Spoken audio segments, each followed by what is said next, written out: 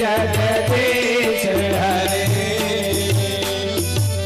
तुम पूर्ण परमात्मा तुम अंतर्यामी। हे स्वामी तुम अंतर्यामी। पार ब्रह्म परमेश्वर जगत पिता जगदीश्वर तुम सबके स्वामी। ओम जय जगदीश हरे। तुम करुणा के सागर तुम पालन करता। हे स्वामी तुम रक्षा करता। मैं मूरख घन कामी मैं सेवक तुम स्वामी। कृपा करो भरता। ओम जय जगदीश हरे। तुम हो एक अगोचर सबके प्राणपति। हे स्वामी सबके प्राणपति। इस विधि मिलो दया में इस विधि मिलो कृपा में। तुमको मैं कुमति। ओम जय जगदीश हरे।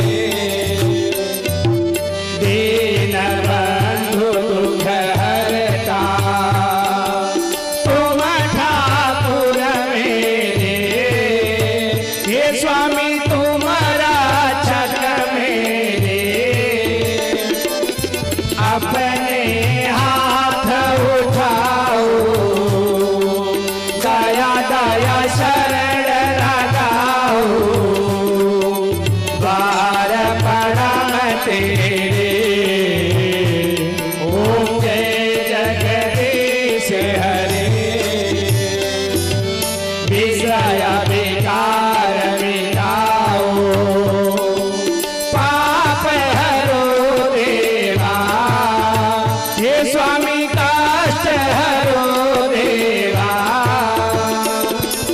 श्रद्धा भक्ति बढ़ाओ श्रद्धा प्रेम बढ़ाओ। संतन की सेवा। ओम जय जगदीश हरे। स्वामी जगदीश की आरती जो कोई नर गावे। हे स्वामी प्रेम सहित गावे। कहता शिवानंद स्वामी मन भजन हरि हर स्वामी। मन वांछित फल पावे। ओम जय जगदीश हरे। ओम जय जगदीश हरे। स्वामी जय दीनानाथ हरे। भक्त जनों के संकट दास जनों के संकट क्षण में दूर करे। ओम जय जगदीश हरे।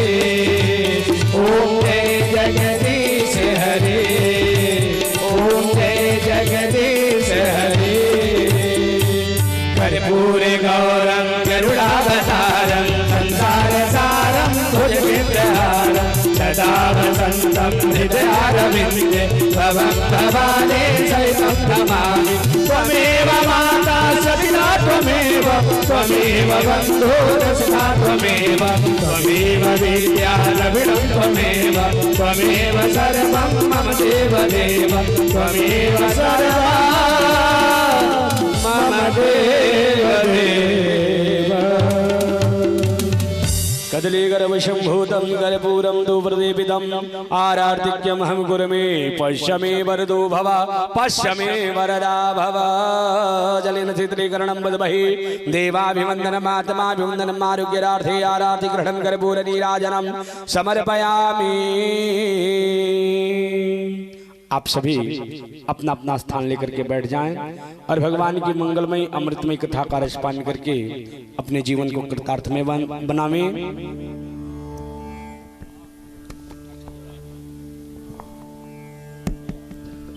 श्री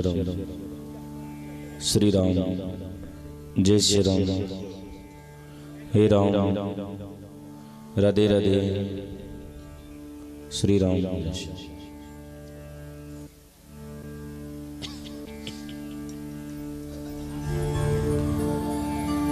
स्वस्तये श्री गणेशाय नमः। श्री मंगलमूर्तये नमः।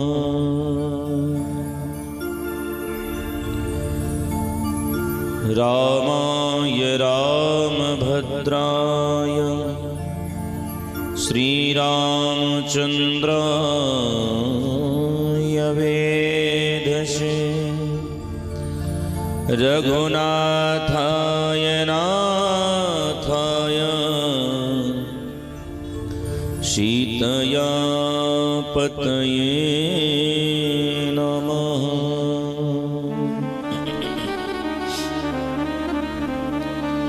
योऽन्तः प्रविश्य मम वाचमिमां प्रसुप्तां सञ्जीवयत्यखिलशक्तिधरस्वधाम्ना अन्यास्तहस्तचरणश्रवणत्वगादे प्राणान्नमो भगवते पुरुषाय तुभ्यम्।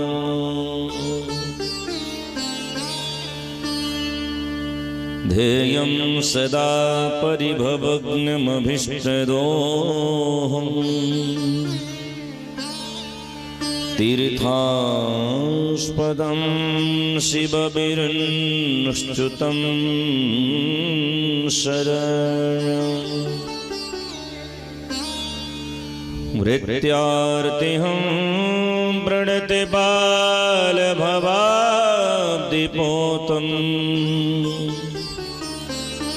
वन्दे महापुरुषते चरणार्णवृन्दम्।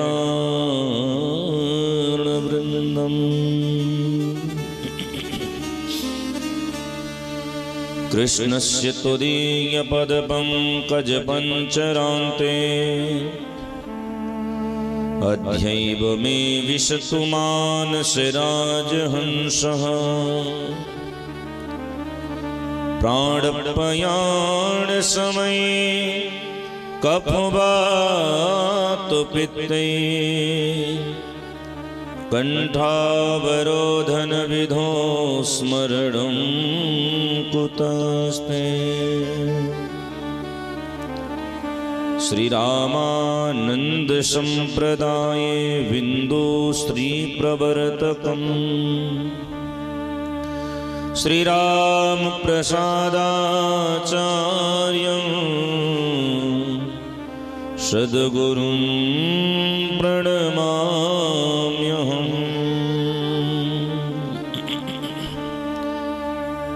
उल्लंघ्य सिन्धो सलिलं सलीलं यः शोकवहिं जनकात्मजाया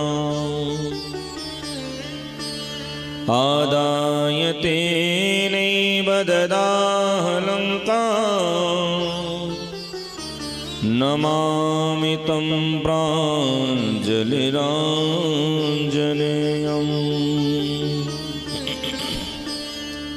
तुलसी जिनके मुखन ते धोखो निकसत राम तिनके पग के पाय नहीं, मेरे तन के चाँव। श्री सिय जो मेरी मातु है, पिता मेरो रघुनाथ। जन्म जन्म मोहि दीजिए, श्री अवध धाम को वास। श्री अवध धाम को वास। बोले श्री राधा रमण लाल की जय, श्री बालकृष्ण लाल की जय, श्रीमद् भागवत महापुराण की जय। जय जय सीताराम। आइए बड़े ही भाव प्रेम श्रद्धा के साथ मंगलमय भगवान की कथा सुधा का हम सभी रस स्वादन करें। उसकी पहली मनवाणी को पवित्र करने हेतु दो बार मंगलमय भगवान का नाम पहले मैं, पुनः आप सभी बड़े ही भाव प्रेम के साथ भगवान के नाम का गायन करें।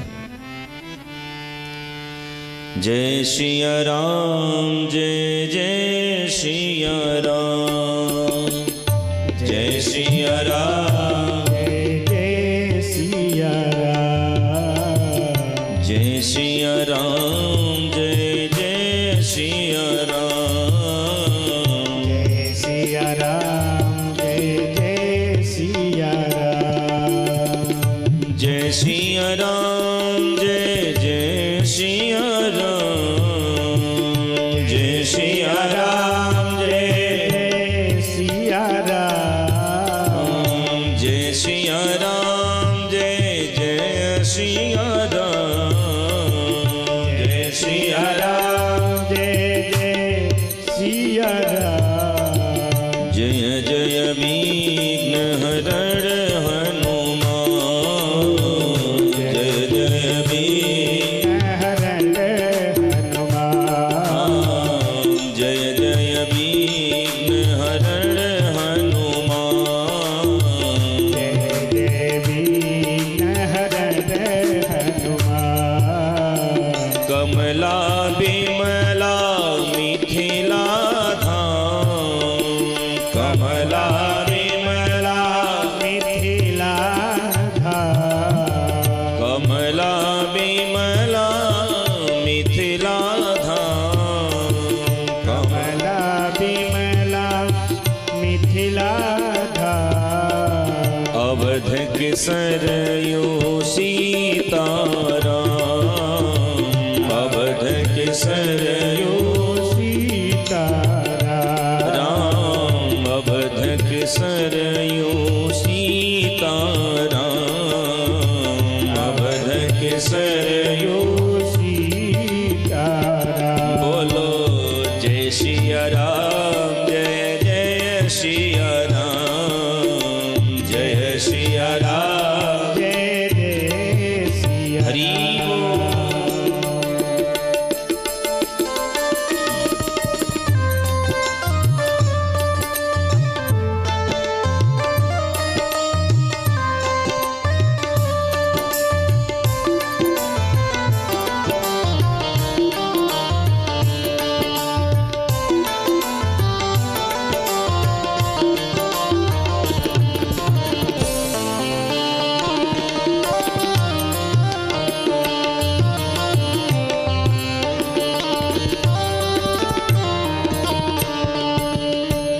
जय सिया राम, जय जय सिया राम, जय सिया राम, जय जय सिया राम, राम जय सिया राम, जय जय सिया राम, जय सिया राम, जय जय सिया राम, जय सिया राम, जय जय सिया राम, जय सिया राम, जय जय सिया राम, जय सिया राम,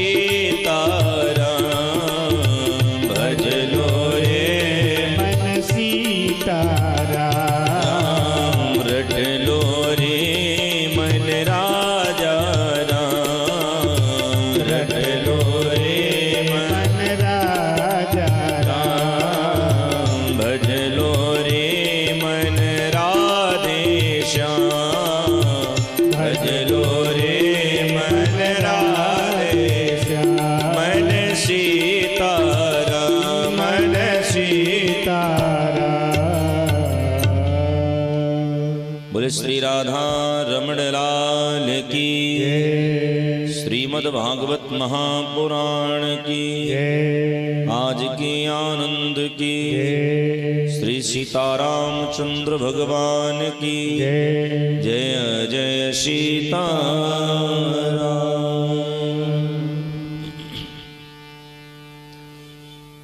परात्पर अखिल कोटि ब्रह्मांड नायक करुणा वरुणालय भगवान श्री सीताराम जी महाराज श्रीवद्धाम के श्रीमौर्य साधुजनों के शिरोमणि परम पूज्यपाद श्री सद्गुरुदेव भगवान के कथा की अनन्य भाव रसिया अनंत बलवंत मारुति नंदन गुण गंभीर परम चैतन्य वीतरागी त्यागी श्री हनुमंत लाल जी महाराज इस कथा की प्रधान परीक्षित स्वरूप में विराजमान, जिनका प्रेम वर्णन नहीं किया जा सकता है, जिनके भाव को देख करके स्वयं ब्रह्म भी ललायित हो जाए, ऐसी मात स्वरूप श्री वागीश्वरी देवी जी एवं इस कथा के समस्त कार्य को बड़े ही भाव के साथ निर्वहन करने वाले,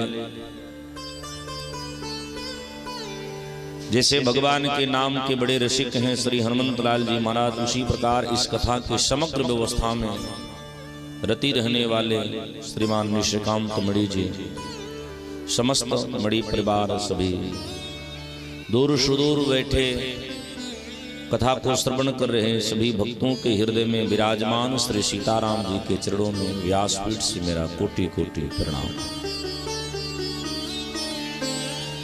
कथाक्रम के आज 17वां दिवस है, क्योंकि आज यह कथा इस समय वर्तमान विराजमान जो कथा है रही है उसका विश्राम दिवस है। यह कथाक्रम को थोड़ा सा आगे किया गया, क्योंकि आज हवन आदि का जो कार्यक्रम है सुचारू रूप से ताकि हो सके। कल की पावन मंगल वेला में हम सभी भगवान श्री कृष्ण मैया रुक्मिणी के विवाह की मंगल कथा को श्रवण कर रहे थे। श्री सुखदेव जी महाराज ने भगवान श्री कृष्ण मैया रुक्मिणी के विवाह की मंगल कथा करी है। भक्तों में बड़ा आनंद हुआ है, सभी बड़े ही आनंद विभोर होकर के भगवान श्री कृष्ण और भगवती रुक्मिणी मैया का सब स्वागत करते हैं। भगवान परिणय सूत्र में बताते हैं, क्योंकि गृहस्थ धर्म एक बड़ा ही उच्च धर्म है, अगर इस गृहस्थ धर्म की मर्यादा का पालन किया जाए तो सभी धर्मों से सर्वश्रेष्ठ धर्म हो जाता है। एक गृहस्थ अगर अपनी साधना में संलग्न है तो 100 संतों के बराबर हो जाता है, क्योंकि सभी आश्रमों में सर्वश्रेष्ठ गृहस्थ आश्रम है। भगवान के विवाहों परांत एक दैत्य हुआ जिसको नाम है सम्रासुर, जिसने भगवान ब्रह्मा की बड़ी मंगल आराधना करी।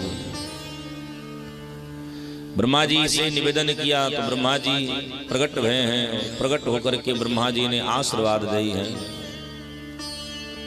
ब्रह्मा जी ने कहा कोई वरदान मांगो, तो इसने वरदान मांगा कि महाराज हम मरना नहीं चाहते। ब्रह्मा जी हंसने लगे। ब्रह्मा जी ने कहा इस जीवन में कुछ सत्य हो या न हो, पर मृत्यु के बाद एक ही सत्य है कि मृत्यु के बाद मौत अवश्य आती है। चाहे जीवन में कुछ मिले या न मिले, पर भगवान बराबरी का अवसर सबको देते हैं। मृत्यु सबको है, मौत खरीदा नहीं जा सकता है, मौत से आंख चुराई नहीं जा सकती है, मौत से पीछा छुड़ाया नहीं जा सकता है, क्योंकि शाश्वत अगर सत्य कोई है उस सत्य का नाम है मृत्यु। मृत्यु सर्वश्रेष्ठ है।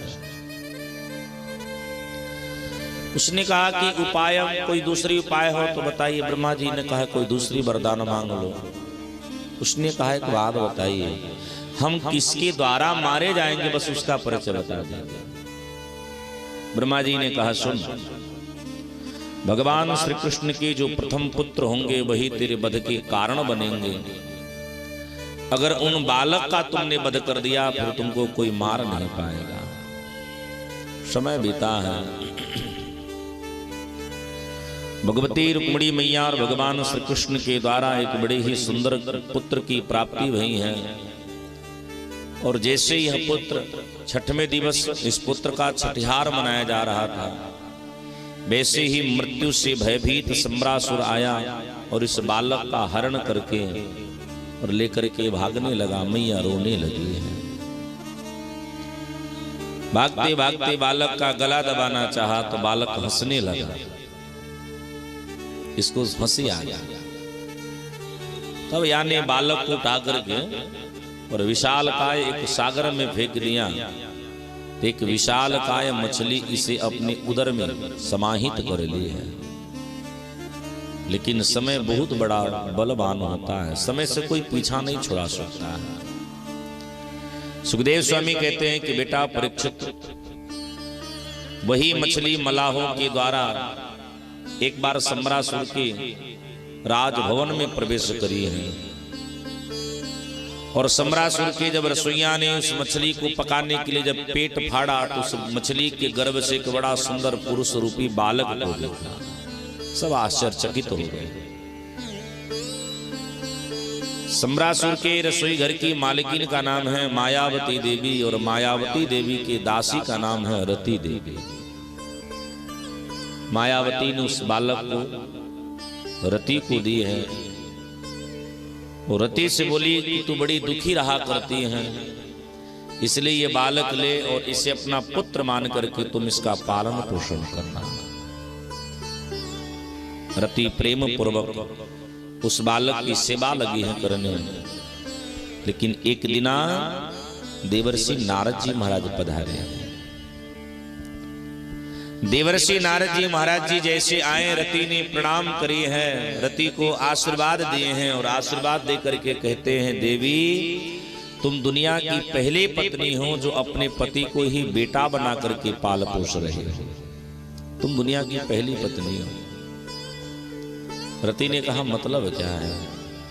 नारद जी ने कहा, देवी जिसको तू अपना बेटा मान रही हो वो तेरा बेटा नहीं है, वो तो तेरा जन्म जन्मांतर का पति है।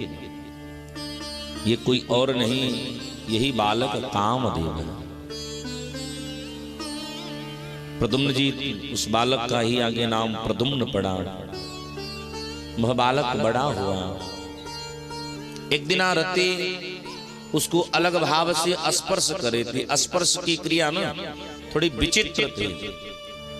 बालक ने डांट करके कहा, पगली मैं तो तुझे अपनी मां मानता हूं, लेकिन तेरी बुद्धि बिगड़ गई है। मातृभावम् अतिक्रम्य वर्तसे कामिनी यथा। प्रद्युम्न जी ने कहा कि बावरी मैं तो तुझे अपनी मां मानता हूं, मेरे दिलो दिमाग में तो तू मां रूप में छाई है, लेकिन तेरी आज की यह लीला देख करके, तेरी आज की यह चरित्र देख करके ऐसा प्रतिभाषित हो रहा है कि तू कोई कामनीय स्त्री है। इस अवस्था में स्पर्श तो एक पत्नी ही अपने पति को कर सकती है। वह देवी हाथ जोड़ ली, बोले महाराज मुझे मां मत को, मैं तो आपकी जन्म जन्मांतर की मैं पत्नी हूं, मेरा ही नाम रति देवी है।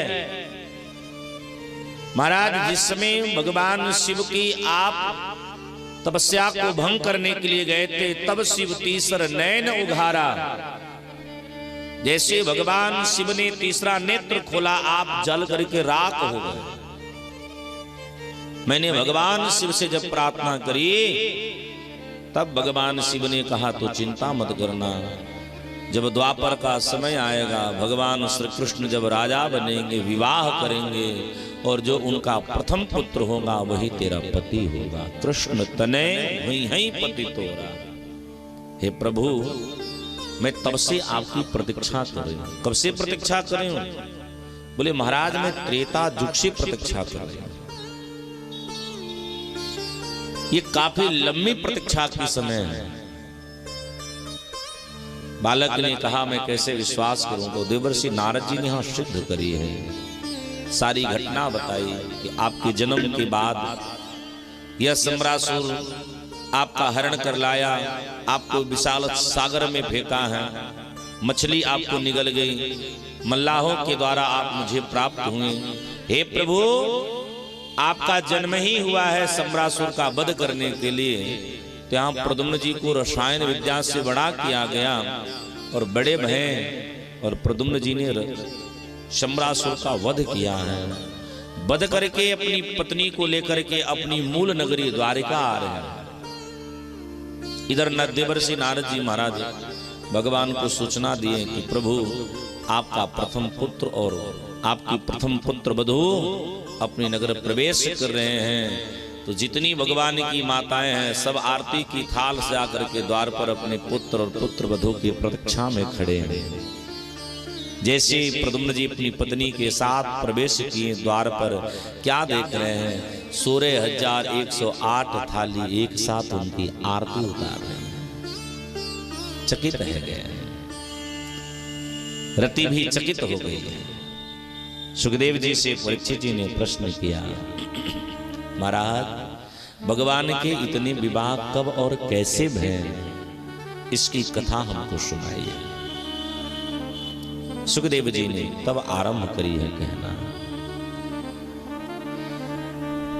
सुखदेव जी ने कहा, परीक्षित, आसीत सत्राजितः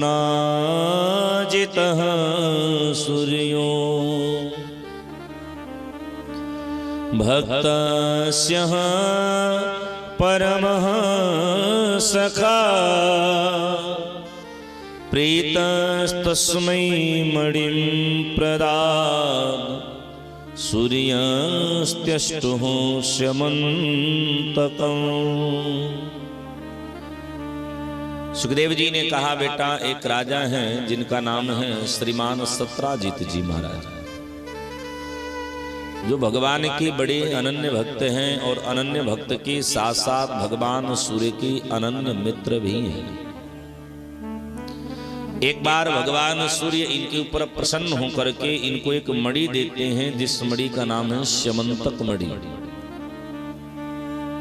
उस मणि का अपना ऐसा प्रभाव है कि जैसे सूर्योदय की वेला होती है, सूर्य की प्रथम किरण जैसे उस मणि पर पड़ती है, वह मणि तुरंत 10 तोला सोना प्रदान कर देती है। वैभव बढ़ने लगा, मद आने लगा। थोड़ा ध्यान से सुनिएगा। जीवन में धन आवे, पद आवे, अहंकार मत करिए। धन भगवान ने दिया है तो धन का दिखावापन नहीं होना चाहिए, धन का सदुपयोग होना चाहिए। आजकल हम लोग दिखावापन में जाते हैं। धन का सदुपयोग किया जाए। धन की श्रेष्ठता धन की सदुपयोगिता से है, दिखावापन करने से तो धन का विनाश हो जाता है। इसलिए बड़े बड़े रईसों को देखिएगा, इतना दिखाते हैं लेकिन जवानी बीतती है तो ऐसी स्थिति हो जाती है कि दर बदर ठोकर खाने तक मजबूर हो जाते हैं। अगर भगवान ने धन दी है, उस धन का सदुपयोग करें।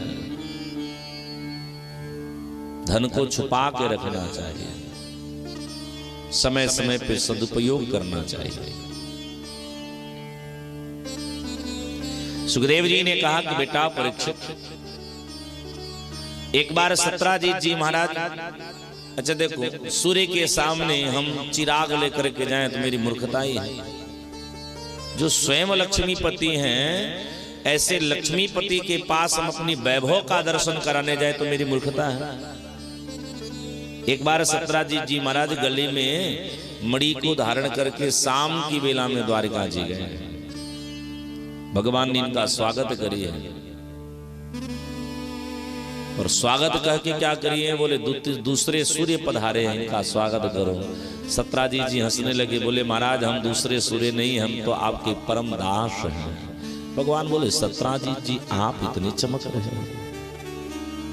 हंसी में भगवान बोले कि भैया ये मणि हमको दे दो, हमारे खजाने की शोभा बढ़ाएगी। पर सत्राजित जी ने कुछ नहीं कहा। देखो, अगर किसी से मजाक करते हो ना तो सहने और सुनने की क्षमता होनी चाहिए। सत्राजीत जी बिना कुछ कहे सुने वापस लौट आए। सत्राजीत जी के एक छोटे भाई हैं, जहाँ भाई का नाम है श्रीमान प्रसेन जी महाराज। एक बार प्रसेन गले में मणि को धारण करके जंगल में शिकार करने के लिए गए, सो उन्हीं का शिकार हो गया, लौट के दोबारा आए नहीं। किसी जीव ने उन्हीं का शिकार कर लिया। कई दिनों तक भाई लौट करके जब नहीं आया तो सत्राजीत जी महाराज आपस में चर्चा करते हैं कि कहीं मणि के चक्कर में श्री द्वारकाधीश से हमारे भाई का वध न कर दिए हों।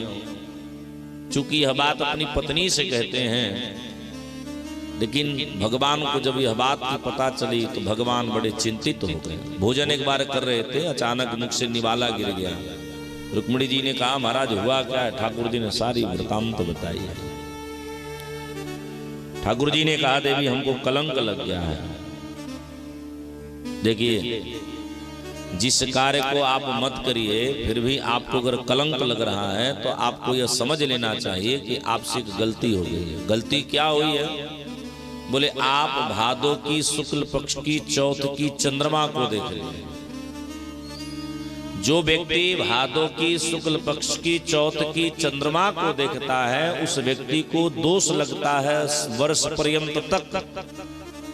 इसलिए बिना कोई कर्म किए आपको कलंक लगे तो व्यक्ति को समझ जाना चाहिए कि हमसे यह दोष हुआ है, इसलिए उस व्यक्ति को उस दोष के परिहारार्थ तत्काल यह कथा सुन लेनी चाहिए। सत्राजीत के प्रसंग को किसी के भी द्वारा श्रवण कर लोगे या पढ़ लोगे तो दोष की निवृत्ति हो जाती है। भगवान सेवक को लेकर के पधारे हैं। प्रियजनों, जैसे जंगल में गए तो क्या देख रहे हैं कि प्रसेनम सहयं हत्वा मणिमाच्छिद्य केसरी गिरिं विंसजाम्बता निहितो मणिमक्षता।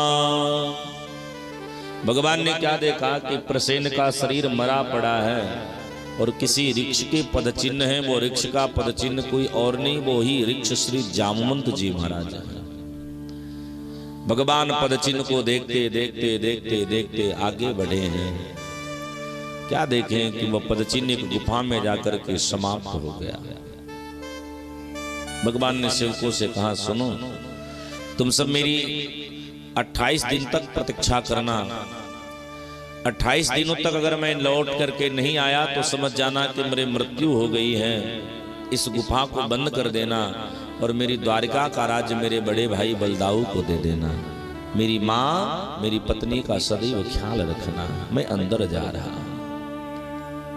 भगवान जैसे अंदर प्रवेश किए तो क्या देख रहे हैं? तत्र दृष्टां मणिं सृष्टं बाल क्रीडनकं कृतम। क्या देख रहे हैं कि एक छोटा सा बालक उस मणि के साथ क्रीड़ा कर रहा है, खेल रहा है।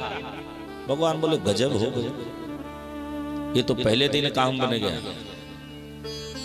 तो जैसे भगवान उस मणि को छीनने के लिए गए हैं तो ठाकुर जी चकित हो गए कि तम पूर्वम नरम दृष्ट्वा धात्रीं चुकोश भीतवत तत्श्रुत्वाभ्यद्रवत क्रुद्धो जाम्बवानावलिनाम्बरम। जैसे भगवान उस बालक के हाथ से मणि छीनने के लिए तैयार भय, क्या देख रहे हैं कि एक छोटी सी एक युवती आई है और युवती चिल्लाने लगी क्योंकि उस युवती ने पहली बार किसी पुरुष को देखा। लगी हल्ला करना। जैसे युवती ने सुर मचाना आरंभ करी है, अंदर से श्री जामवंत जी महाराज आए हैं और देखते देखते जामवंत जी भगवान से युद्ध लगे हैं करने। मल युद्ध होने लगा। युद्ध होते होते 27 दिनों तक युद्ध भय है। इधर भगवान के जो सेवक हैं, ये भगवान के सेवक 5वें दिन ही डर करके भग लिए। जाकर के रुक्मिणी देवी से कहते महाराज आपके श्रीमान जी तो टपक गए। मैया देवकी रोने लगी, रुक्मिणी भी रोने लगी हैं। लेकिन भगवती रुक्मिणी को विश्वास नहीं हो रहा इनकी खबर को सुनकर के, इसलिए भगवती रुक्मिणी देवी अपनी देवकी मैया के साथ कुल देवी भगवती कात्यायनी के दरबार में बैठ करके करुण क्रंदन कर रही हैं और मानो मैया उनको सांत्वना दे रही, तुम चिंता मत करो। युद्ध करते करते 27 दिन की शाम तक युद्ध भई है। जामवंत जी महाराज जी के एक नसें जब ढीली हो गई, तब जामवंत जी ने कहा, आप हो कौन? क्योंकि साधारण पुरुष में इतनी ताकत नहीं है कि हमको इतने दिन तक वो झेल सके। तुम हो कौन? तब भगवान जो मुरलीधर भगवान है वो धनुषधारी भगवान बने हैं। सब भाव से बोलिए, श्री धनुषधारी भगवान की, श्री मुरलीधर भगवान धनुषधारी भगवान बने हैं। जामुंद जी ने प्रणाम किया है और प्रणाम करके जामुंद जी महाराज भगवान से कहते हैं, आज हमको पता चल गया कि आप भक्तों के रखवाले हो। किसी की चाह अगर आपके प्रति हो तो आप उस चाह को अवश्य पूरी करते हैं। इसलिए चाहत भगवान से जोड़ो। आज हमारी चाहत क्या है? आज हम धन से चाह करते हैं। किसी की एक बड़ी प्यारी रचना है, चाह पैसों से आने में आती रही, चाह आनों से रुपया बनाते रहे, चाह रुपयों से नोट भुनाती रहे, चाह नोटों की कोठी चुनाते रहे, चाह कोठी से मोटर मंगाती रही, चाह मोटर से होटल ले जाती रही, चाह होटल में बोतल खुलाती रही, चाह क्या क्या न करती कराती रही, चाह पाले जिन्हें वो पीले हुए, चाह छोड़ी जिन्होंने वो रसीले हुए, चाह जर से लगी जी जरा हो गया, चाह हरि से लगी मन हरा हो गया,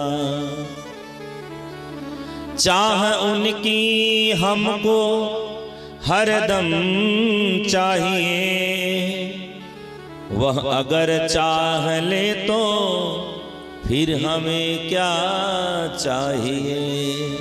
हमारी आपकी चाह संसार के प्रति है, लेकिन साधक जन कहते अगर हमारी आपकी चाह ब्रह्म के प्रति हो जाए तो जीवन तो सफल हो ही जाएगा। जामुंद जी ने भगवान को प्रणाम किया, आने का कारण पूछा है तो भगवान बोले, मणि हमको दे दो, कलंक लग रहा है। जामुंद जी ने कहा, महाराज क्षमा करना, मणि आपको हम दे नहीं सकते। क्यों? क्योंकि जो धन अपनी बेटी को दे दी जाए ना, वो धन पे पिता का अधिकार नहीं होता है। आजकल थोड़ा गौर से सुनिएगा, जो धन बेटी को दे दी जाए उस धन पे पिता का कोई अधिकार नहीं होता है।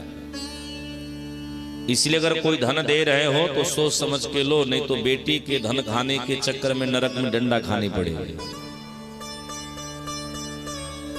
जामुंद जी ने कहा, महाराज मैंने धन अपनी बेटी के नाम कर दी, मैं आपको दे नहीं सकता।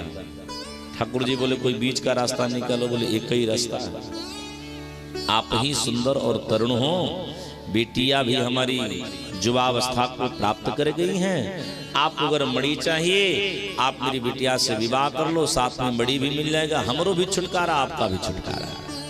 ठाकुर जी बोले, जैसी इच्छा। तो भगवान का द्वितीय विवाह जामवंत जी की बिटिया जामवंती के साथ हुआ।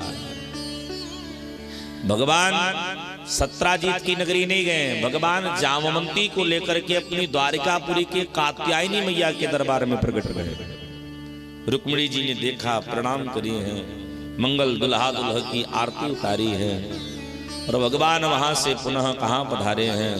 सत्राजीतम क्षमा हुयम सभायाम राज सन्निधो, प्राप्तिम चाख्याय भगवान मणिम तस्मिन् न्यवेदयत। भगवान मणि को लेकर के पुनः सत्राजित के समाज में गए। सत्राजित जी को भगवान ने मणि दी है, सत्राजित जी शर्म आ गए हैं। तो सत्राजित जी महाराज शर्म के कारण कछु बोल नहीं पा रहे हैं, भगवान हंस रहे हैं। तो सत्राजित जी को कुछ सुझाई नहीं पड़ा। तो सत्राजित जी की एक बिटिया है, जहाँ बिटिया का नाम है सत्यभामा। तो श्री सत्राजित जी महाराज ने सत्यभामा का विवाह भगवान श्री कृष्ण के साथ तत्काल कर दी है। इस प्रकार भगवान के 3 विवाह हैं। प्रथम रुक्मिणी मैया, द्वितीय जामवंती मैया और तृतीय सत्यभामा मैया। समय बीता है। एक दिन भगवान द्वार हस्तिनापुर पधारे। कुंती मैया ने बड़े भाव के साथ आरती उतारी है। बोले भैया तुम तो 3 पत्नियों के पति है गए हो, खूब मंगल आशीर्वाद है। मानो भगवान कह रहे हैं अभी संख्या पूरी नहीं हुई है। भगवान एक दिन श्री अर्जुन जी महाराज जी के साथ भ्रमण कर रहे थे। अर्जुन जी महाराज जी ने क्या देखा कि एक सुंदर सी कन्या जल में खड़ी होकर के भगवान की आराधना कर रही है। जो सांवरी कन्या है, बड़ी सुंदर है। उस कन्या के पास गए और उस कन्या से परिचय पूछते हैं, देवी तुम्हारा परिचय क्या है? उस देवी ने अपना परिचय बताया। बोले महाराज अहम देवश सवितुर्दुहिता पतमिच्छति विष्णुं वरेण्यं वरदं तपः परममास्थिताः। उस कन्या ने अपना परिचय दिया। बोले महाराज मैं भगवान सूर्य की बिटिया,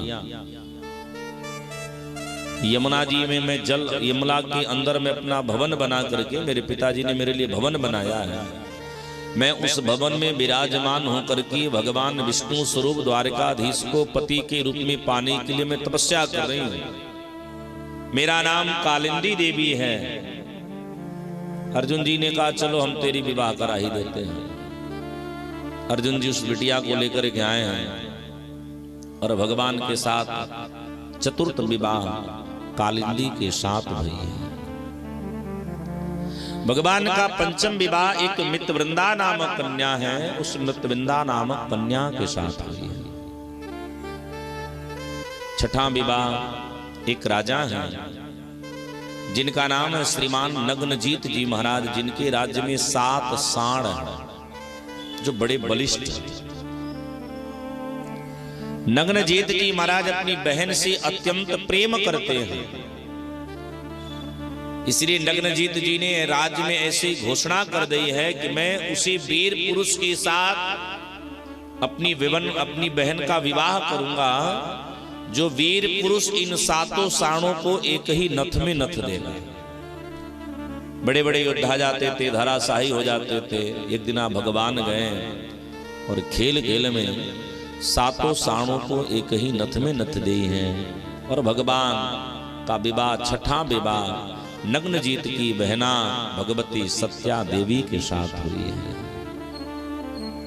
ठाकुर जी का 7वां विवाह एक भद्रा नामक कन्या के साथ हुआ और 8वां विवाह एक लक्ष्मणा नामक कन्या के साथ हुआ। ये 8 विवाह भगवान के प्रमुख विवाह। ये 8 विवाह ही 8 प्रकार के प्रकृत हैं जो भगवान की सेवा करने के लिए आते हैं। समय बीता है। एक दिन की बात है कि श्री देवर्षि नारद जी महाराज श्री द्वारका जी के नगर पधारे हैं। तो भगवान द्वारकाधीश को प्रणाम करते हैं और प्रणाम करके भगवान से विनम्र प्रार्थना करते हैं कि प्रभु मेरा आने का यहाँ मूल प्रयोजन है कि कुछ कन्याओं ने आपसे गुहार लगाई है, क्योंकि एक भौमासुर नामक एक दैत्य है। उस दैत्य ने अपने मन में ऐसा प्रण कर रखा है कि मैं विवाह करूंगा तो एक साथ 20,000 कन्याओं के साथ में विवाह करूंगा। तो उसने विवाह करने के लिए 16,100 कन्या को एकत्र कर ली हैं और वे सब कन्याएं आपसे प्रार्थना कर रही हैं, हे प्रभु उन कन्याओं के ऊपर आप कृपा करो। भगवान सत्यभामा जी को लेकर के गए हैं और भगवान थोड़ी कठिनता पूर्वक भौमासुर का वध करते हैं। वध करने के बाद समस्त कन्याओं को भगवान ने कारागार से बाहर किया। कन्याओं से भगवान कहते हैं कि तुम सब अपने अपने पिता या भाई के साथ घर चले जाओ। कन्याओं ने कहा कि महाराज मेरे पास अब केवल 2 ही रास्ते हैं, अगर आप अपना लोगे तो जीवन मिल जाएगा, आज अगर आप ठुकरा दोगे तो हम मृत्यु को गले लगा लेंगे। भगवान ने कहा क्यों? बोले हम नारी जात हैं, बड़ी सशंकित जात है। देखिए स्त्रियों पर सबकी कुदृष्ट रहती है, और जो व्यक्ति गौर से सुनिएगा, जो व्यक्ति नारी को कुदृष्ट भाव से देखता है उस व्यक्ति की तो आंखें फूट जानी चाहिए। क्यों? क्योंकि नारी मर्यादा की एक मूल जड़ है। मर्यादा को तो बस भाव से ही दर्शन करना चाहिए। प्रत्येक नारी को या मां की दृष्टि में देखो, या बहन की दृष्टि में देखो, या अपनी कन्या की दृष्टि में देखो। कुदृष्ट पालन तो यथा, जो व्यक्ति पर स्त्री को कुदृष्ट से देखता है उसी व्यक्ति को राक्षस कहा जाता है। एक बात और सुनिएगा, एक रावण त्रेता युग में एक जानकी का हरण किया, लेकिन आज तक उस रावण की पुतला जलाई जाती है।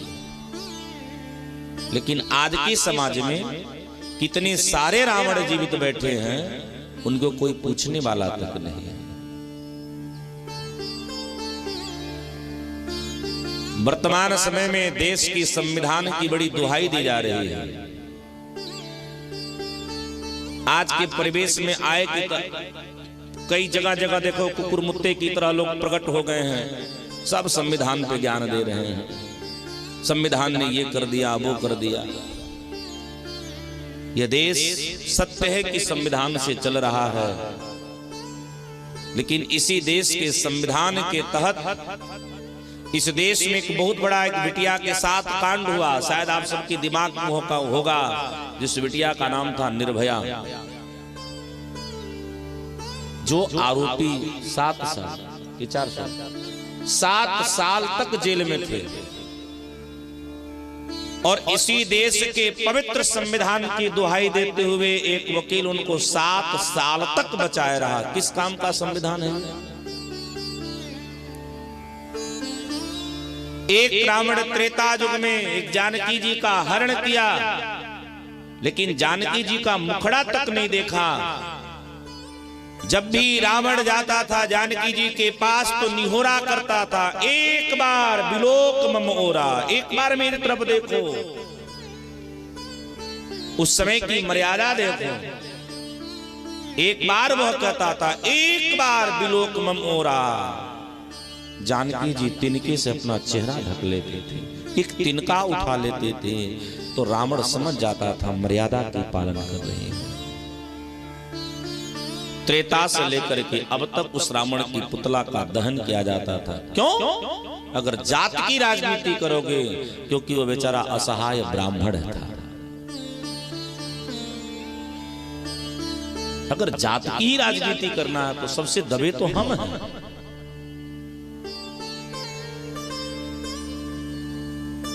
आज के परिवेश में कितने सारे ऐसे रावण घूम रहे हैं, मस्ती से सीना तान के चल रहे हैं। कोई किसी का सपोर्ट लेके चल रहा है, आए दिन किसी की बहन बेटी की इज्जत के साथ खिलवाड़ हो रहा है। और यही संविधान की दुहाई देने वाले लोग अपनी आंख पर काली पट्टी बांधने, क्योंकि संविधान के ही घर में तराजू पर आंख काली पट्टी बांध के रखी गई है, क्योंकि यहाँ सब कुछ चलता है और इसकी दुहाई दी जा रही है। इस देश के भी संविधान में अब संशोधन की जरूरत है। जो कुकुरमुत्ते यह कह के घूम रहे हैं कि रामचरितमानस में संशोधन की जरूरत है, उन कुकुरमुत्तों को यह भी कहना चाहिए कि इस देश के संविधान में भी संशोधन की बड़ी जरूरत है, क्योंकि आए दिन रावण पैदा हो रहे हैं, आए दिन देश की बहन बेटियों के इज्जत के साथ खिलवाड़ किया जा रहा है, आए दिन किसी की आबरू के साथ खिलवाड़ किया जा रहा है, कोई अपनी प्रतिष्ठा बचाने के चक्कर में शांत हो रही है, कोई गरीबी से शांत हो जा रही है, या किसी को शांत करा दिया जा रहा है। आज की सोशल मीडिया खोलो, पेपर पढ़ो, तो पेपर के किसी न किसी पन्ने में ऐसी कुकर्म की घटनाएं अवश्य आपको मिल जाएंगी। और यह देश के कुछ ऐसे नेता हैं, एक नंबर के मूर्ख हैं, जो अपने बाप को छोड़ करके दूसरे को बाप को अपने बाप कहने पर तुले हुए हैं, उनको ये सब दिखता ना।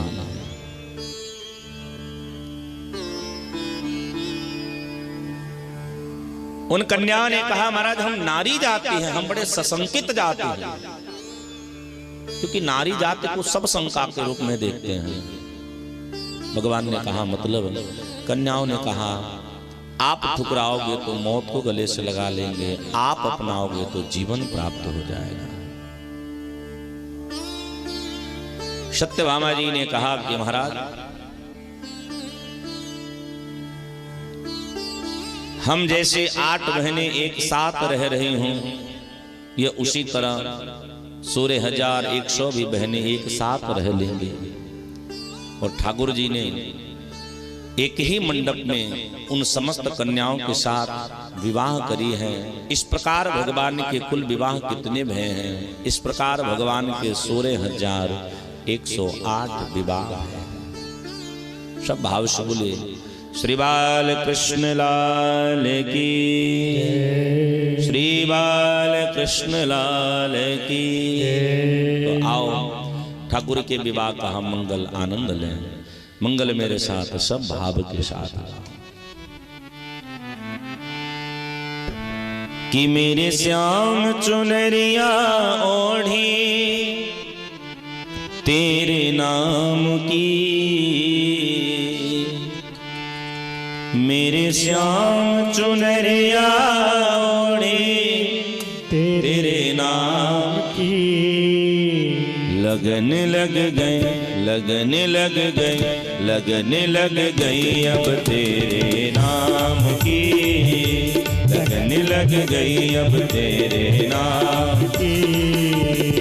मेरे श्याम चुनरिया ओढ़ी तेरे नाम की, मेरे श्याम चुनरिया ओढ़ी तेरे नाम की।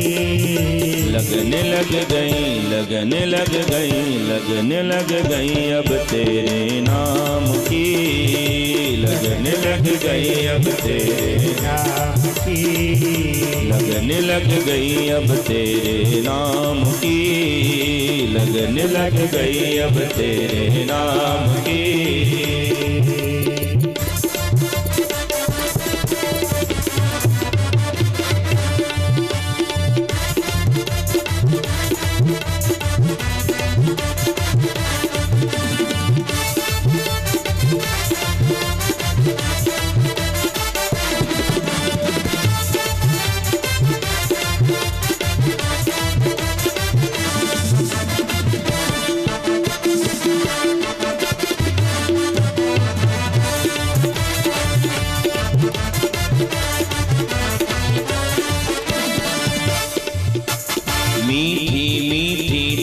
सुना के बना दिया मुझे बावरिया, बना दिया मुझे बावरिया, बना दिया मुझे बावरिया।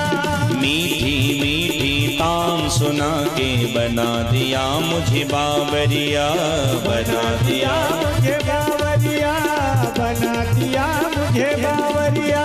मन मेरा चाहे खोई रहूं मैं तेरे प्यार में सांवरिया, तेरे प्यार में सांवरिया, तेरे प्यार में सांवरिया। मैंने श्याम चुनरिया ओढ़ी तेरे नाम की, मैंने श्याम चुनरिया ओढ़ी तेरे नाम की।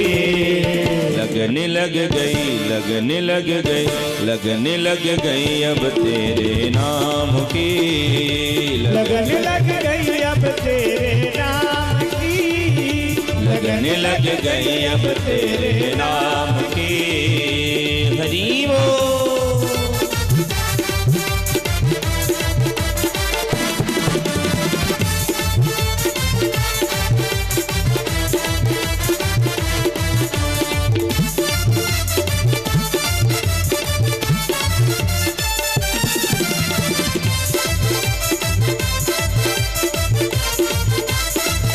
श्री राधे।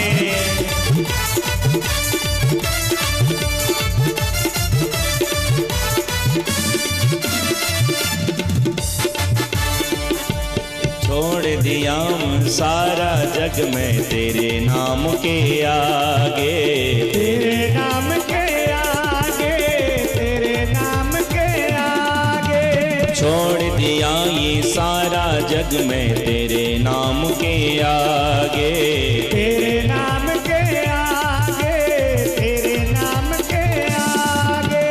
तुमसे हो गई प्रीत हमारी, भाग्य हमारे जागे, भाग्य हमारे जागे, भाग्य हमारे जागे। श्याम ये बिंदिया ले ली तेरे नाम की, ओ श्याम ये विद्या ले ली तेरे नाम की।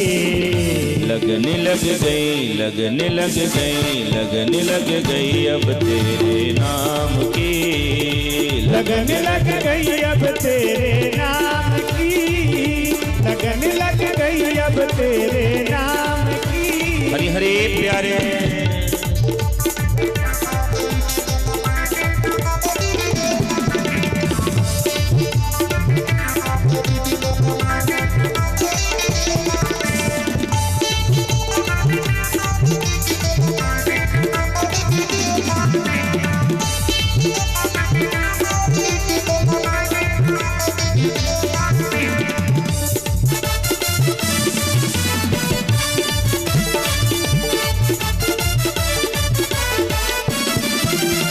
जाने क्या भरती हैं सखियां यमुना तट पे गागर में, यमुना तट पे गागर गागर में, यमुना तट पे गागर में। हम तो डूबे कान्हा तेरे प्रेम प्यार के सागर में, प्रेम प्यार के सागर में, प्रेम प्यार के सागर में। ओ श्याम गगरिया भर ली तेरे नाम की, ओ श्याम गगरिया भर ली तेरे नाम की। लगने लग गई, लगने लग गई, लगने लग गई अब तेरे नाम की, लगने लग गई अब तेरे नाम की, लगने लग गई अब तेरे नाम की, लगने लग गई अब तेरे नाम की, लगने लग गई अब तेरे नाम की, लगने लग गई अब तेरे नाम की। बोलो श्री बाल कृष्ण लाल की। इस प्रकार भगवान की खूब दिव्य मंगल 108 विवाह हैं और विवाहों के परांत भगवान का खूब सुंदर परिवार बढ़ा है। गौर से सुनिएगा, ठाकुर जी के कितने बड़े परिवार भये हैं। बोले भगवान की प्रत्येक पत्नी से 2-2 कन्याओं का जन्म हुआ है। तो भगवान की कितनी बिटियां हैं? बोले 32,216 है। कितनी बिटियां हैं? प्रत्येक पत्नी से कितने बालक भये? बोले प्रत्येक पत्नी से 10-10 पुत्रों की प्राप्ति हुई थी। 1,60,000 कुछ तो भगवान के बेटे ही भये।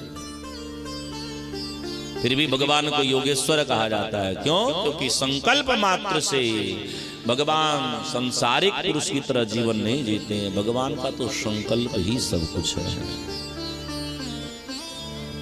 एक दिन देवर्षि नारद जी महाराज जी के मन में विचार हुआ कि चलो जरा भगवान का परिवार का अवलोकन करें।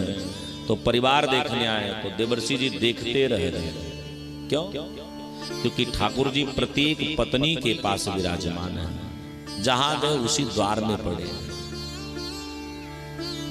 काऊ के घर सो रहे हैं, काऊ के घर स्नान बना रहे हैं, काऊ के घर जलपान कर रहे हैं, काऊ के घर संध्या कर रहे हैं, काऊ के घर बच्चों के साथ खेल रहे हैं, काऊ के घर पत्नी के साथ प्रेम प्रलाप हो रहा है, काऊ के घर साग भाजी मनिया है रही है, तरह तरह की लीला कर रहे हैं। नारद जी सोचे लग रहा है पत्नियों के चक्कर में अपने नगरवासियों को भूल गया है। तो नारद जी भगवान के राज दरबार गए तो क्या देख रहे हैं, राज दरबार के सिंहासन पर भी बैठे भगवान शासनादेश चला रहे हैं। नारद जी नेत्र बंद किए तो क्या देख रहे हैं कि भगवान द्वारिका जी में 16,109 रूप से विराजमान, 16,108 रूप से पत्नियों को सुख दे रहे हैं, एक रूप से अपने नगरवासियों को आनंद दे रहे हैं। देखो भगवान की जितनी पत्नियां हैं ना सब लड़ती झगड़ती हैं। परिवार में लड़ाई झगड़ा चलना भी चाहिए, कभी कभी लड़ लेना चाहिए, लेकिन इतना मत लड़ो कि कोर्ट कचहरी हो जाए। लड़ाई सीमित तक होनी चाहिए। और स्त्री पुरुष की लड़ाई तो प्रेम की ही है। पति पत्नी में झगड़ा होने का एक ही फायदा है, क्या जानते हो? पति पत्नी में झगड़ा होगा ना तो प्रेम प्रकट होगा। पहले जो बोल देगा वो दूसरे से बड़ा प्रेम करता होगा। बोलता वही है जो प्रेम करता है। भगवान राम सभी अयोध्या वासियों से अनन्य प्रेम करने वाले हैं, इसलिए राम जी को अग्रभाषी कहा गया।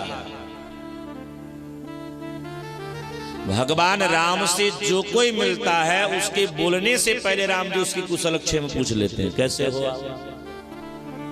आपका दुश्मन भी कहीं जा रहा हो, कट्टर आपकी दुश्मनता हो, आपको दिख जाए, बड़ा हो या छोटा, हाथ जोड़ करके बोलो राम राम भैया कैसे हो। थोड़ा तो नाराज होगा, लेकिन 2-4 बार जब ऐसे कुशल क्षेम प्रश्न करोगे ना, उसकी दुश्मनी भी टाई टाई फिस हो जाएगी। इसलिए अग्रभाषी होना चाहिए।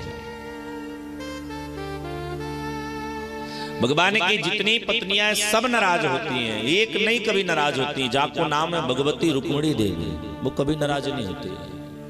वो भगवान की ही मुख को देख करके कार्य करते हैं। नारी का यही धर्म है, गौर से सुनिएगा, एक स्त्री का यही धर्म है कि पति परायणा ही होना चाहिए नारी को। पति जो सोचे वो नारी को तत्क्षण कर देना चाहिए बिना विचारे। क्यों? क्योंकि अपने पति में जैसा प्रेम करने वाली होगी। गौर से सुनना, लाख करवा चौथ आप व्रत करो, वो आजकल होता है ना करवा चौथ व्रत, लाख करवा चौथ व्रत कर लो, लेकिन पति के प्रति आपका प्रेम और सम्मान की भावना नहीं है तो सारा व्रत व्यर्थ है। इसलिए प्रेम व्रत तो तभी सफल है। अब हम एकादशी व्रत हो, भगवान के प्रति हमारा प्रेम ही न हो तो फिर काहे को व्रत भैया? चूंकि पति ही एक नारी के लिए सब कुछ है। शास्त्रों में उल्लेख है पतिर देवतार पतिर ब्रह्मम पतिर गुरु एव च। नारी के लिए देवता कौन है? पति। नारी के लिए भगवान कौन? बोले पति। इसलिए पति परायणा स्त्री को भगवान की आवश्यकता नहीं पड़ती है, भगवान को उसकी आवश्यकता पड़ती है। इसलिए नारी को पति परायणा होना चाहिए। भगवान रुक्मिणी जी को नाराज कराने के चक्कर में बड़ा मोल ले बैठे, क्योंकि रुक्मिणी मैया की हालत एकदम बेकार है गई है। तो भगवान रुक्मिणी जी से क्षमा मांगते हैं। मैया ने कहा महाराज प्राण ले लेना, पर ऐसी मजाक कभी मत करना। भगवान आनंदित भय हैं और प्रद्युम्न जी के पुत्र श्रीमान अनिरुद्ध जी का विवाह भगवान अपने एक बाणासुर नामक दैत्य हैं, जाकी बिटिया है उषा देवी, उषा देवी के साथ भगवान कराते हैं। क्योंकि उषा स्वप्न में अनिरुद्ध का दर्शन करी है और अनिरुद्ध का हरण करके बाणासुर की नगरी में ले जाया गया। भगवान को पता चली है तो भगवान युद्ध करते हैं और इस युद्ध में भगवान भोले बाबा अनिरुद्ध के जो ब्रह्म हैं, बाणासुर के जो ब्रह्म हैं, तो भगवान भोले बाबा बाणासुर की तरफ से भगवान श्री कृष्ण से युद्ध करते हैं। लेकिन उस युद्ध में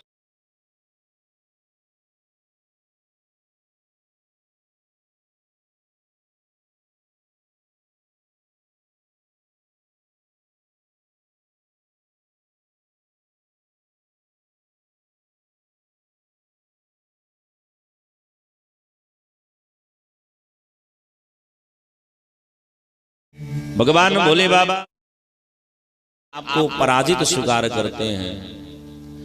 बाणासुर की 1000 भुजाएं हैं तो भगवान श्री कृष्ण 998 भुजाओं को काटते हैं।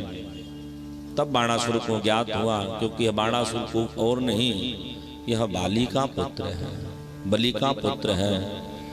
अपनी बिटिया का विवाह भगवान श्री कृष्ण के पुत्र के साथ करता है। भगवान प्रसन्नचित होकर के अपनी नगरी प्रवेश किया। भगवान क्रीड़ा करते हैं बच्चों के साथ।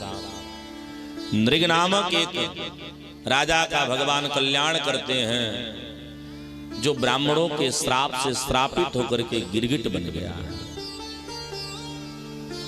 एक बार भगवान अपने बच्चों के साथ सरोवर में एक सुंदर उपवन में क्रीड़ा करने गए तो बच्चों ने एक बड़ा विशाल गिरगिट को देखा। उस गिरगिट की पूंछ भगवान की कनिष्ठिका उंगली से स्पर्श कर गई। सुंदर पुरुष बनकर के प्रकट हुआ। भगवान ने प्रश्न करी, तेरा परिचय क्या है? तो उसने अपना परिचय दिया। नृगो नाम नरेंद्रोहम इक्ष्वाकु तनयः प्रभो दानिख्यायमानेषु यदि ते कर्णं स्पृशम्। उसने अपना परिचय दिया कि महाराज मैं इक्ष्वाक वंश का राजा, महाराज मैं नृग हूं। अगर कहीं दानियों की चर्चा आई होगी तो मेरा भी नाम आपके कान में आया होगा, क्योंकि मुझसे बड़ा कोई दानी नहीं है। और से सुनिएगा, आजकल यह कहना कि मैंने दान कर दिया तो समझिएगा उसने दान किया ही नहीं। दान कैसे करो? बोले दान ऐसे करो कि इस हाथ से दो तो इस हाथ को पता न चले। आजकल हम लोग दान करते तो माइक से अनाउंसमेंट करवाते, फला भाई ने 11 रुपया दिया है पंडित जी को रबड़ी खाने के लिए। अब जहां पंडित जी दिख जाएंगे कहेगा, का हो पंडित जी 11 रुपया दिए थे, रबड़िया खाए थे कि नहीं? पंडित जी कहेंगे, भैया वो में 50 रुपया मिला कर हम खा लिए थे। ठीक है, 11 रुपया तो हम दिए थे ना। तो आजकल तो हम दान का फल हमको इसलिए नहीं मिल रहा है क्योंकि हम दान देकर के बखान करवाने लगते हैं। दान दो तो दान देकर के भूल जाओ। भगवान बोले तू बड़का दानी है तो ऐसे गिरगिट कैसे बन गया? उसने कहा, महाराज यही तो मैं समझ नहीं पाया। क्यों? हे प्रभु, मेरे मन में एक बार ऐसा भाव आया कि मैं 1 लाख गाय को मैं दान करूं। गवाम लक्षम प्रकृष्टानां दास्य ये साम प्रदेयता। मैं दान भी करने लगा। 1 गाय में किसी ब्राह्मण को दान किया, वह गाय भूलवश मेरे गौशाले में आई। मैं भूलवश उस गाय को दूसरे ब्राह्मण को दान कर दिया और दोनों ब्राह्मण उस 1 गाय के लिए हमसे लड़ने लगे।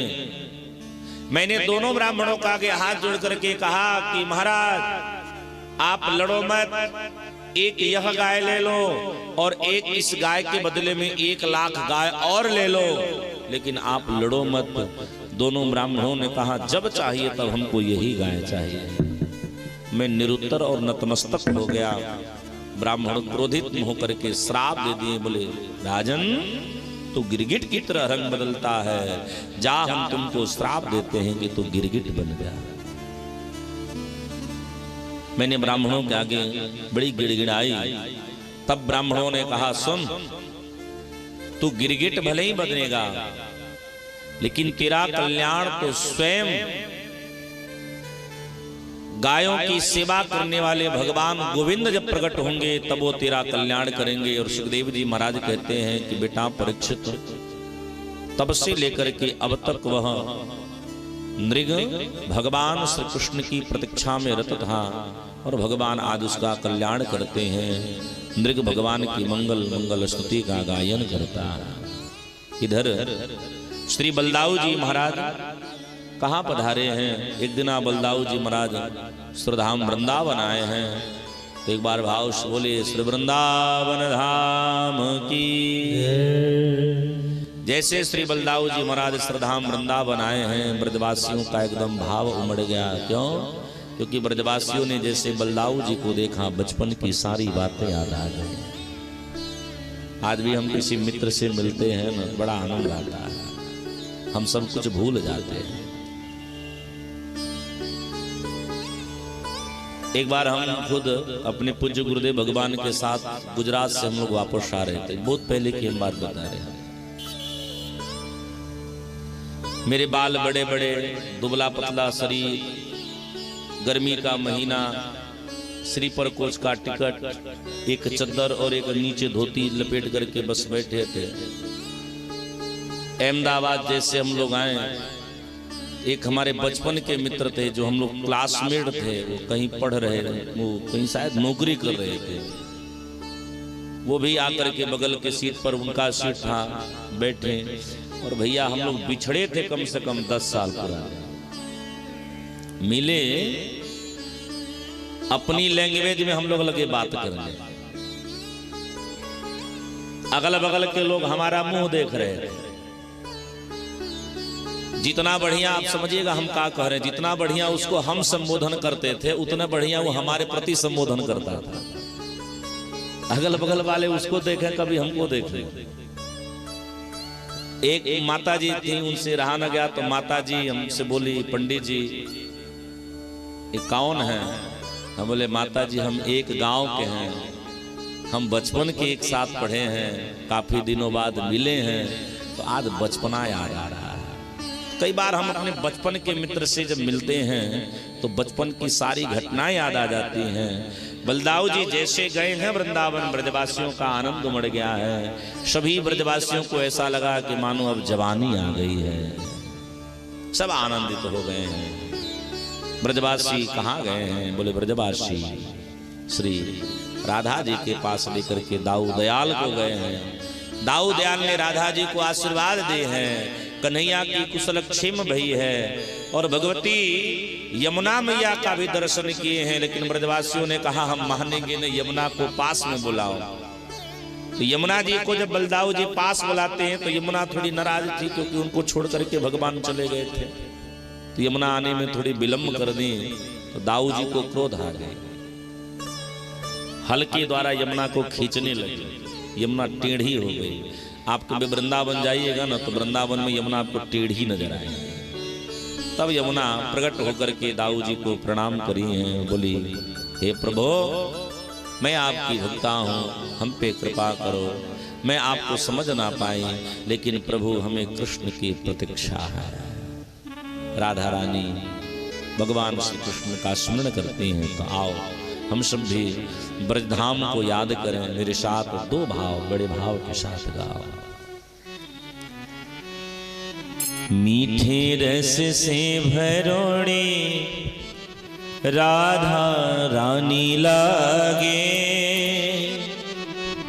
महा रानी लागे, मोहे कारो कारो यमुना जी को पानी लागे। मोहे कारो कारो यमुना जी को पानी लागे। मीठे रस से भरोड़ी राधा रानी लागे, महारानी लागे। रस से भरोड़ी राधा रानी लागे, महारानी लागे। मोहे कारो कारो यमुना जी को पानी लागे। मोहे कारो कारो यमुना जी को पानी लागे।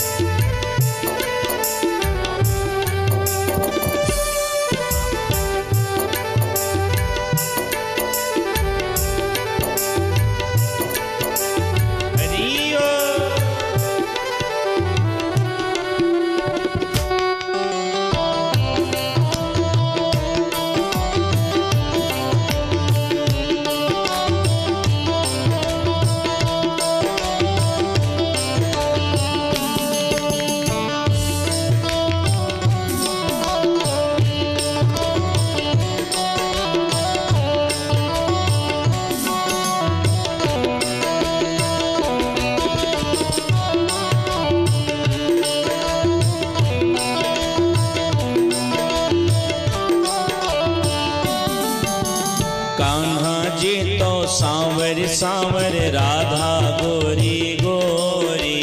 कान्हा जी तो सावर सावर राधा गोरी गोरी। कान्हा जी तो सावर सावर राधा गोरी गोरी। कान्हा जी तो सावर सावर राधा गोरी गोरी। वृंदावन में धूम मचावे बरसाने की छोरी। वृंदावन में धूम मचावे बरसाने की छोरी। हाँ हाँ बरसाने की छोरी। हो बरसाने की छोरी। ब्रज धाम राधा जो की राजधानी लागे महारानी लागे। मोह कारो कारो यमुना जी को पानी लागे। मोहे कारो कारो यमुना जी को पानी लागे। मीठे रस से भरोणी राधा रानी लागे महारानी लागे। मोह कारो कारो यमुना जी को पानी लागे। मोहे कारो कारो यमुना जी को पानी लागे। बलिहारी प्यारे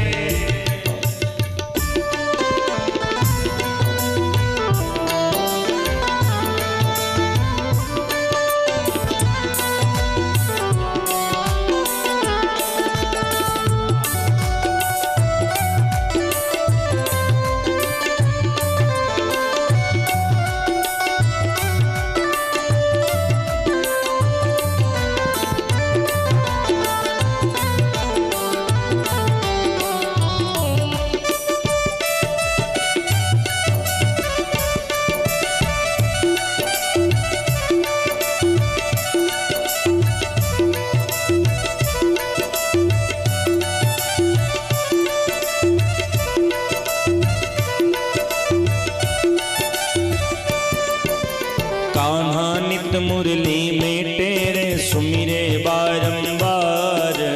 कान्हा नित मुरली में तेरे सुमिरे बारंबार। कान्हा नित मुरली में तेरे सुमिरे बारंबार। कान्हा नित मुरली में तेरे सुमिरे बारंबार। कोटिन रूप धरे मन मोहन तौ न पावे पार। कोटिन रूप धरे मन मोहन तो न पावे पार। हाँ कोटिन रूप धरे मन मोहन तौ न पावे पार। कोटिन रूप धरे मन मोहन तो न पावे पार। रूप रंग की छबीली पटरानी लागे महारानी लागे। राधे कारो यमुना जी को पानी लागे। वो मीठी रस से भरोड़ी राधा रानी लागे महारानी लागे। मोहे करो करो यमुना जी को पानी लागे। मोहे कारो कारो यमुना जी को पानी लागे। मोहे करो करो यमुना जी को पानी लागे। राधा राधा नाम रटत है जीनर आठो याम। राधा राधा नाम रटत है ये नर आठो याम। राधा राधा नाम रटत है जीनर आठो याम। राधा राधा नाम रटत है ये नर आठो याम। तिनकी बाधा दूर करत है राधा राधा नाम। तिनकी बाधा दूर करत है राधा राधा नाम। तिनकी बाधा दूर करत है राधा राधा नाम। तिनकी बाधा दूर करत है राधा राधा नाम। राधा नाम में सफल जिंदगानी लागे महारानी लागे। मोह कारो कारो यमुना जी को पानी लागे। मोहे कारो कारो यमुना जी को पानी लागे। ओ मीठे रस से भरोड़ी राधा रानी लागे महारानी लागे। मोह कारो कारो यमुना जी को पानी लागे।